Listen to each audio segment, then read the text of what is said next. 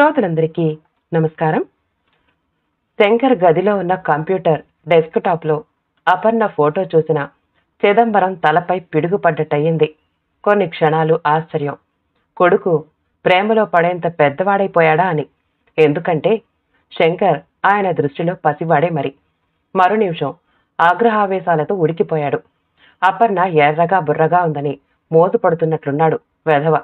తమకంటే హోదాలో అంతస్తులో ఎన్నో మెట్లు కింద ఉన్న ఆ పిల్లని పెళ్లి చేసుకుని వీడేం సుఖపడగలడు? శంకర్ నిజంగా ఆ ఇంటి అల్లుడైతే వాణ్ణి 4 రోజులు ఇంట్లో ఉంచుకుని అన్నమైనా పెట్టగలడా ఆ రంగనాథం? కాలేజీలో పాఠాలు చెప్పుకుని జీతం రాళ్ల మీద బతికేవాడు. అల్లుడి ముద్దు ముచ్చటలు ఏం తీర్చగలడు? హేళనగా అనుకున్నాడు. శంకర్ అపర్ణ ఫోటోని కంప్యూటర్లో పెట్టుకున్నాడంటే ఇది వాడు ఖచ్చితంగా ఆ అమ్మాయిని ప్రేమిస్తున్నట్టే. కొడుక్కి తమకంటే స్థితిపరుల సంబంధం తేవాలని ఎన్ని కలలు కంటున్నాడు. ఆ కలలు కావాల్సిందేనా? తలలో నరాలు తెగిపోయాయేమో అన్నంత టెన్షన్. ఆ విషయంలో కొడుకుతో గొడవపడి ప్రయోజనం లేదని చిదంబరానికి తెలుసు. ఇంజనీరింగ్ పాస్ అయి క్యాంపస్ సెలక్షన్లో ఇన్ఫోసిస్లో ఉద్యోగం వచ్చిన శంకర్ తనని ఎదిరించి అపర్ణని పెళ్లి చేసుకోకముందే తనే వాణ్ణి మెడలు ఉంచి పెళ్లి చేయాలి. ఆ రాత్రి కొడుకు దగ్గర కూర్చుని సాధ్యమైనంత మృదువుగా స్వరం మార్చి అన్నాడు, నీకు పెళ్లి చేయాలి అనుకుంటున్నాను. నాకా? అప్పుడే పెళ్ళేమిటి నాన్నా? నవ్వాడు శంకర్. మనకి కావలసినప్పుడు మంచి సంబంధం వస్తుందా? ఎలాగో నీకు ఉద్యోగం రెడీగా ఉంది. ఇప్పుడు సంబంధం కుదుర్చుకుని నిశ్చితార్థం చేసుకుని ఉద్యోగంలో చేరాకే పెళ్లి చేసుకో. నేను ఉద్యోగం చేయాలి అనుకోవడం లేదు నాన్నా. అమెరికాలో ఎంఎస్ చేయాలి అనుకుంటున్నాను. కొడుకు నోటి వెంట అమెరికా అన్న మాట వినగానే చిదంబరం ముఖంలో వింత వెలుగొచ్చింది. ఆయన మెదడు క్యాలిక్యులేటర్ కంటే వేగంగా లెక్కలు కట్టింది. శంకర్ అమెరికాలో చదువుకుంటే అది వరుడిగా అతనికి అదనపు అర్హత అవుతుంది. అంతకు మించి అతను అమెరికా వెళ్లడం వల్ల అపర్ణకి దూరమైపోతాడు. ఎదురుగా బంగినపల్లి మామిడి పండు లాంటి అమ్మాయి కంటికింపుగా కనిపిస్తూ ఉంటే వయసులో ఉన్న మగవాడి మనసు చలించకుండా ఉంటుందా? కొడుకు తనంతట తానే అమెరికా వెళతానంటూ ఉంటే చిదంబరం సంతోషంతో ఉక్కిరిబిక్కిరైపోయాడు. ఆ ఆనందాన్ని ముఖంలో కనిపించనీయకుండా ప్రోత్సహిస్తున్నట్టు అన్నాడు, చదువుకో, బాగా చదువుకో. ఎంఎస్ చేశాక ఎంబీఏ కూడా చేయి. వీసాకి అప్లై చేయాలి అన్నాడు శంకర్. శంకర్కి అమెరికాలో ఎంఎస్ చేయడానికి మంచి యూనివర్సిటీలో సీట్ వచ్చింది. అతన్ని ఫ్లైట్ ఎక్కించి గుండెల నిండా ఊపిరి పీల్చుకున్నాడు చిదంబరం. ఏమేవ్, ఇలా తగలబడు. ఆ రోజు ఉదయం వంటింట్లో ఉన్న భార్యని పిలిచాడు. వరలక్ష్మి బయటికొచ్చింది. ఏం కావాలండి? నిజం కావాలి, కరుగ్గా ధ్వనించింది ఆయన స్వరం. నిజమా? ఏ విషయంలో? అయినా నేను మీతో ఎప్పుడైనా అబద్ధం చెప్పానా? ఆ స్కూల్ టీచరు రంగనాథం కూతురు అపర్ణని పెళ్లి చేసుకోమని శంకర్ని నువ్వు ప్రోత్సహించావా లేదా? రంగనాథం గారు స్కూల్ టీచర్ కాదు, కాలేజీలో లెక్చరర్ కదండి. రెండింటికి పెద్ద తేడా లేదు. చిన్న స్కూలు, పెద్ద స్కూలు అంతే. ఎదురు ప్రశ్నలు అడక్క నేను అడిగిన దానికి జవాబియ్యి హుంకరించాడు. అపర్ణని పెళ్లి చేసుకోమని శంకర్ని నేను ప్రోత్సహించడం ఏమిటండి?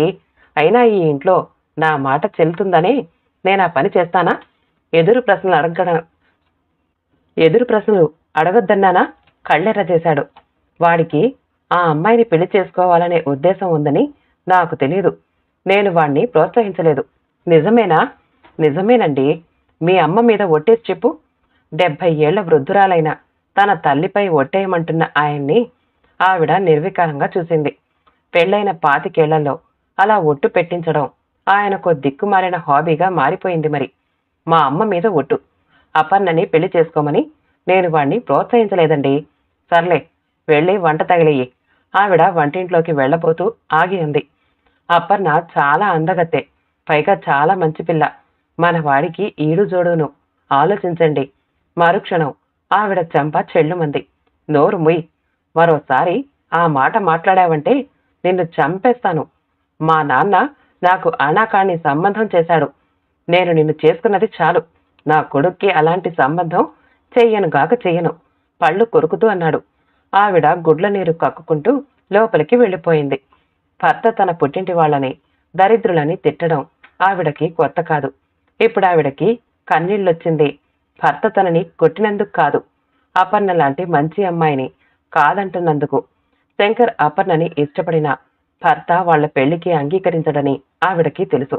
డబ్బుకి హోదాకి ఆయన ఎంత ప్రాముఖ్యతనిస్తాడో, డబ్బులేని వాళ్లంటే ఆయనకెంత చులకనాభావమో ఆవిడకి తెలుసు. శంకర్ ఎంఎస్ పూర్తి చేసి అమెరికాలో ఉద్యోగంలో చేరాడు. చిదంబరం కొడుక్కి పెళ్లి సంబంధాలు చూడడం తీవ్రతరం చేశాడు. కొన్ని సంబంధాలు వధువు తల్లిదండ్రుల స్టేటస్ నచ్చక, మరికొన్ని జాతకాలు నప్పక విఫలమవుతున్నాయి. ఆయన మాత్రం ఎక్కడా రాజీ పడడం లేదు.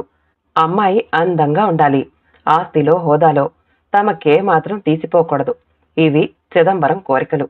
10 కోట్ల ఆస్తికి ఒక్కగానొక్క వారసుడు, వరుడికి కావలసిన అన్ని అర్హతలు ఉన్న శంకర్కి అలాంటి ఇలాంటి సంబంధం చేస్తాడా తను? అలా అనుకోగానే ఆయన కుడి చెయ్యి అప్రయత్నంగా మీసం మీదకి పోయేది. ఎట్టకేలకు ఆయన అన్వేషణ ఫలించింది. నగరంలోని ప్రముఖ ఇండస్ట్రియలిస్టు జగన్మోహన్ రావు గారు చిదంబరంతో సంబంధం కలుపుకుంటానని స్వయంగా ఇంటికొచ్చి అడిగారు. నాకు ఒక్కతే కూతురు, నా అల్లుడు నా వ్యాపారానికి వారసుడు కావాలని నా ఆకాంక్ష అన్నాడు. శంకర్ అమెరికా నుంచి వచ్చి ఇండియాలో స్థిరపడితేనే ఈ పెళ్లి జరుగుతుందని అన్యాపదేశంగా సూచిస్తూ. శంకర్ అమెరికాలో స్థిరపడడం చిదంబరానికి ఇష్టం లేదు. ఎందుకంటే వాడు తనకి ఒక్కగానొక్క కొడుకాయే. నేను మా అబ్బాయితో మాట్లాడి తమకి తెలియజేస్తాను అన్నాడాయన దర్పంగా. మరొకసారి మా ఇంటికొచ్చి మా అమ్మాయిని చూడండి అన్నాడు జగన్మోహన్ రావు. తన కూతుర్ని చూసి కాకపోయినా తన ఇంటి వైభవాన్ని చూసైనా చిదంబరం తమ సంబంధాన్ని ఒప్పుకుంటాడని ఆయన ధీమా. చిదంబరం భార్యతో కలిసి ఆయన ఇంటికి వెళ్లి అమ్మాయిని చూసొచ్చాడు. అమ్మాయి అందగత్తె కాకపోయినా పర్వాలేదు అనిపించింది. ముఖ్యంగా ఆ ఇంటి వైభవం ఆయన్ని ఊరించింది. భార్య అభిప్రాయంతో ఆయనకి పనిలేదు. శంకర్ని ఇండియాకి రప్పించడం ఒకటే మిగిలింది. ఆ రాత్రి శంకర్కి ఫోన్ చేశాడాయన. కాసేపు అవి ఇవి మాట్లాడాక అన్నాడు, నీ కోరిక ప్రకారం నిన్ను అమెరికా పంపాను, ఎంఎస్ చేశావు. కానీ నువ్వు అక్కడే స్థిరపడితే ఇక్కడ నేను అమ్మ ఏమైపోవాలరా? నా మాట విని ఇండియాకి తిరిగిరా. అక్కడికొచ్చి ఏం చేయమంటావు? అక్కడైనా ఏదో ఒక ఉద్యోగం చేయవలసిందేగా. ఉద్యోగం చేసే కర్మ నీకేమిట్రా? నీకో మంచి సంబంధం వచ్చింది అంటూ ఆ సంబంధం వివరాలు చెప్పి, ఆయనకి ఒక్కతే కూతురు, కోట్ల ఆస్తి. నువ్వు ఆ అమ్మాయిని పెళ్లి చేసుకుని ఆయన వ్యాపారానికి వారసుడివి కావాలని ఆయన కోరిక. నేను అమ్మ ఇవాళ ఆ అమ్మాయిని చూసొచ్చాం. అమ్మాయి బాగుంది. నువ్వు ఎప్పుడు వచ్చేది తెలియజేస్తే నిశ్చితార్థానికి పెళ్లికి ముహూర్తాలు పెట్టిస్తాను. నాకు మీరు సంబంధాలు చూడొద్దు నాన్న. నేనొక అమ్మాయిని ఇష్టపడుతున్నాను. ఆ అమ్మాయిని పెళ్లి చేసుకోవాలని నిశ్చయించుకున్నాను అన్నాడు శంకర్ తొణక్కుండా. ఏమిటి? చిదంబరం కేవుమన్నట్టు అన్నాడు. ఎంతకి తెగించావురా దరిద్రుడా! కన్న తండ్రిని నాతో మాట మాత్రంగానైనా చెప్పకుండా. షాక్ తిన్న భావం ఆయన స్వరంలో. ఇంతకీ నువ్వు కోరి వరించిందెవరిని? దొరసానినా, నీగ్రో పిల్లనా? మనవాళ్లే. ఆ అమ్మాయి నీకు బాగా తెలుసు. ఎవరితది? అపర్ణ. నీకు అదెక్కడ దాగురించిందిరా? నాతో పాటు ఎంఎస్ చేసింది. ఓరి వెధవా, నా కొంప ముంచావు గదరా. నువ్వసలు నా కొడుకువే కాదు. నువ్వు నాకు పుట్టనే లేదు అనుకుంటాను. నాకు చెప్పకుండా. తండ్రి మాట పూర్తి కాకుండానే మధ్యలో అడ్డుపడ్డాడు. నీ ఇష్టాయిష్టాలతో నిమిత్తం లేకుండా నేను ఆ అమ్మాయిని పెళ్లి చేసుకుంటే నీ ఆస్తిలో నాకు చిల్లి గవ్వ ఇవ్వనని నన్ను బెదిరిస్తావు. అంతేగా. నాకు నీ ఆస్తి అక్కర్లేదు, నా సంపాదన చాలు. టక్కున ఫోన్ పెట్టేశాడు శంకర్. చిదంబరం తనలోని సర్వశక్తులు ఉడిగిపోగా పాలిపోయిన ముఖంతో సోఫాలో కూలబడిపోయాడు. శంకర్ ఎంఎస్ చేయడానికి అమెరికా వెళతాను అనగానే అపర్ణ నుంచి వాణ్ణి దూరం చేయడానికి అదే మార్గం అనుకున్నాడు. లక్షలు ఖర్చు పెట్టి వాణ్ణి అమెరికా పంపాడు. కానీ అపర్ణ ఎంఎస్ చేయడానికి అమెరికా వెళ్లడం ఏమిటి? వాళ్ళిద్దరూ అక్కడ కలుసుకోవడం ఏమిటి? అసలు ఈ విషయం తనకింత ఆలస్యంగా తెలియడానికి కారణం రంగనాథం 3 ఏళ్ల కిందట ఈ ఊరి నుంచి మక్కం ఎత్తేయడమే. ఓరి భగవంతుడా, ఇలా జరిగిందేమిటి? తమతో ఆస్తిలో అంతస్తులో ఏ మాత్రం సరితూగని రంగనాథం కూతురు అపర్ణ తన కోడల. చిదంబరానికి తల తిరిగిపోతోంది. 2 నెలల తర్వాత ఫోన్ మోగగానే రిసీవ్ చేసుకున్న చిదంబరం కొడుకు స్వరం విని ఫోన్ పెట్టేయబోయాడు. ఆగు నాన్న, ప్లీజ్, నేను చెప్పేది విను, శంకర్ బతిమాలే ధోరణిలో అన్నాడు. నాన్న, నేను నీ తండ్రినని గుర్తుంటే నువ్వు నాకు ఇష్టం లేని పని చెయ్యవు. నా ఉద్యోగం పోయింది నాన్న. శంకర్ స్వరం దీనంగా ఉంది. ఏమిటి? కొడుకు ఎందుకు ఫోన్ చేశాడో చిదంబరానికి కాస్త అర్థమయ్యింది. ప్రస్తుతం ఇక్కడ పరిస్థితులు ఏమీ బాగాలేవు నాన్నా. వేల మందిని ఉద్యోగాల్లో నుంచి తీసేసి ఇండియాకి పంపేస్తున్నారు. పేపర్లలో చూసే ఉంటావు. చూశాను పొడిగా అన్నాడు. నేను త్వరలో ఇండియాకు వస్తున్నాను. నీకు నీ పెళ్ళానికి హారతివ్వడానికి హారతి పళ్ళెం రెడీ చేసుకోమనా ఫోన్ చేశావు? నేను అపర్ణని పెళ్లి చేసుకోనని చెప్పేశాను నాన్నా.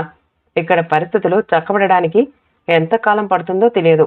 ఇక్కడే ఉంటే ఏ రెస్టారెంట్లోనో పెట్రోల్ బంకులోనో పనిచేస్తూ బతకాలి. అందుకే ఇండియాకొచ్చి జగన్మోహన్ రావు గారి అమ్మాయిని పెళ్లి చేసుకుంటాను. చిదంబరానికి ఆనందంతో కాళ్ళు చేతులు ఆడలేదు. ఇప్పుడే నేను జగన్మోహన్ రావు గారితో మాట్లాడతాను. నువ్వు వీలైనంత త్వరలో ఇక్కడికొచ్చేయి అన్నాడాయన. శంకర్ అమెరికా నుంచి వచ్చిన మర్నాడే చిదంబరం భార్యా సమేతుడే కొడుకును తీసుకుని జగన్మోహన్ రావు గారి ఇంటికి వెళ్లి పెళ్లి చూపులకి వెళ్లాడు. తనకెదురుగా కూర్చున్న ప్రియాంకని చూశాడు శంకర్. సామాన్యమైన రూపురేఖలతో ఉన్న ఆమెని అపర్ణతో పోల్చకుండా ఉండలేకపోయాడతను. అపర్ణకి అందం, చదువు ఉన్నాయి. ప్రియాంకకి అందం తప్ప అన్నీ ఉన్నాయి. అనుకోగానే అతని మనసు ఆటోమేటిక్గా ప్రియాంక వైపు మొగ్గు చూపించింది. అమ్మాయితో విడిగా మాట్లాడాలి అనుకుంటే మాట్లాడు బాబు అన్నాడు జగన్మోహన్ రావు. అక్కర్లేదండి అన్నాడు శంకర్. అతని ముఖంలోని వెలుగు చూడగానే చిదంబరానికి జగన్మోహన్ రావుకే కాదు ప్రియాంకకు కూడా అర్థమయ్యింది అతను ఈ పెళ్లికి సుముఖంగా ఉన్నాడని. మీరు అనుమతిస్తే శంకర్తో నేను విడిగా మాట్లాడాలి అనుకుంటున్నాను అంది ప్రియాంక హఠాత్తుగా. అబ్బో, చాలా ఫాస్ట్ అన్నమాట. మనసులోనే అబ్బురపడ్డాడు శంకర్. అందరూ వాళ్ళిద్దరినీ విడిగా వదిలి బయటికెళ్లిపోయారు. ప్రియాంక ఎలాంటి ఉద్భోద్ఘాతాలు లేకుండా సూటిగా అడిగింది. మీరు అమెరికా నుంచి ఎందుకు తిరిగొచ్చేశారు? మీకు తెలుసు, మా అమ్మా నాన్నలకి నేనొక్కడినే. మా నాన్నగారికి నన్ను చదువు కోసం కూడా అమెరికా పంపడం ఇష్టం లేదు. ఎంఎస్ అయిన దగ్గర నుంచి ఎప్పుడు తిరిగి వస్తావని గొడవ. ఐసి, మీరు ఎంఎస్ ఏ యూనివర్సిటీలో చేశారు? West Virginia. అవునా? నా ఫ్రెండ్ కూడా అదే యూనివర్సిటీలో ఎంఎస్ చేసింది. అవునా? చిరునవ్వుతో చూశాడు. యా, అపర్ణ ఇంటర్లో నా క్లాస్మేట్. వాళ్ళ నాన్నగారు ఇక్కడే లెక్చరర్గా పనిచేసేవారు. అపర్ణ పేరు వినగానే శంకర్ ముఖంలో రకరకాల భావాలు ముప్పిరికొన్నాయి. నేను ఇంచుమించు వారానికి ఒకసారి ఫోన్లో మాట్లాడుకుంటూనే ఉంటాం. తనతో పాటు ఇక్కడ బీటెక్ చదివిన ఒక అబ్బాయి అనుకోకుండా అమెరికాలో కలిశాడట. ఎంఎస్ ఇద్దరూ ఒకే యూనివర్సిటీలో చేశారట. ఆ అబ్బాయి ఒక శుభముహూర్తంలో ఐ లవ్ యూ అని చెప్పాడట. అపర్ణ కూడా అప్పటికే అతనితో పీకల్లోతు ప్రేమలో మునిగిపోయిందట. ఇద్దరికీ ఉద్యోగాలు రాగానే అతను పెళ్లి ప్రస్తావన తెచ్చాడట. ఇది ఓకే అందట. ఈలోగా అతని ఉద్యోగం పోయిందట. అతను ఏం ఆలోచించుకున్నాడో మరి నిన్ను పెళ్లి చేసుకోనని చెప్పి ఇండియాకి వచ్చేశాడట. శంకర్ తెచ్చిపెట్టుకున్న నవ్వుతో అన్నాడు. ఆమెను తిరస్కరించడానికి అతని పరిస్థితులేమిటో. నిజమే పాపం. అమెరికాలోనే ఉండి మరో ఉద్యోగం దొరికే వరకు అవస్థ పడడమా, లేక ఇండియాకి తిరిగొచ్చి కోట్ల ఆస్తికి ఒక్కగానొక్క వారసురాలైన అమ్మాయిని పెళ్లి చేసుకుని మామగారి బిజినెస్ కి వారసుడు కావడమా అని తెగ ఆలోచించి చివరికి రెండోదే బెటర్ అనుకుని ఇండియాకి తిరిగొచ్చేసుంటాడు. శంకర్ నల్లబడిన ముఖంతో నేల చూపులు చూస్తున్నాడు. అపర్ణ నాకంతా చెప్పింది శంకర్. మీ సంబంధాన్ని విరమించుకోమని మా డాడీకి ఎప్పుడో చెప్పేశాను. మరి ఈ పెళ్లి చూపుల తతంగం ఎందుకు అని అడుగుతారేమో. నాకు తెలిసిన మీ నిజ స్వరూపాన్ని మీకు తెలియచెప్పడానికి. ప్రియాంక సోఫాలో నుంచి లేచింది. శంకర్ చెంప చెల్లుమంది. అతను అప్రయత్నంగా చెంప తడుముకున్నాడు. ప్రియాంక తనని కొట్టిందా? లేదే. మరి తన చెంప చెల్లుమనిపించిందెవరు? తన అంతరాత్మ. అవునేమో. Good bye. ప్రియాంక చరసర అక్కడి నుండి వెళ్ళిపోయింది. శంకర్ నల్లపడిన ముఖంతో నేల చూపులు చూస్తున్నాడు. తను అపర్ణని తిరస్కరించినప్పుడు ఆమె కళ్లల్లోని బాధా వేదనలు, ఆమె కన్నీళ్లు గుర్తుకొస్తున్నాయి అతనికి. తనతో పాటు ఆమె కూడా అమెరికా నుంచి వచ్చేస్తానంది. ఇద్దరం ఇండియాలో ఉద్యోగాలు వెతుక్కుందాము అంది. అప్పటికే అపర్ణ కంటే ప్రియాంకని పెళ్లి చేసుకోవడమే లాభదాయకం అనిపించిన తను, నీకిక్కడ ఉద్యోగం ఉంది కదా, నా కోసం నీ కెరీర్ని పాడు చేసుకోకు అని ఆమె ప్రేమని తిరస్కరించి వచ్చేశాడు. కాదు, నిర్దాక్షిణ్యంగా ఆమె హృదయం మీద నుంచి నడిచొచ్చేశారు. తను అపర్ణని తిరస్కరిస్తే ప్రియాంక తనని తిరస్కరించింది. తిరస్కారం ఇంత చేదుగా ఉంటుందా? అతని అంతరాత్మ అతన్ని మళ్లీ మళ్లీ చెంపదెబ్బ కొడుతూనే ఉంది. కథ సమాప్తమండి. కథ నచ్చితే మా ఛానల్ని లైక్ చేయండి, షేర్ చేయండి, సబ్స్క్రైబ్ చేసుకోండి. మళ్ళీ కలుద్దాం ఇంకో మంచి కథతో.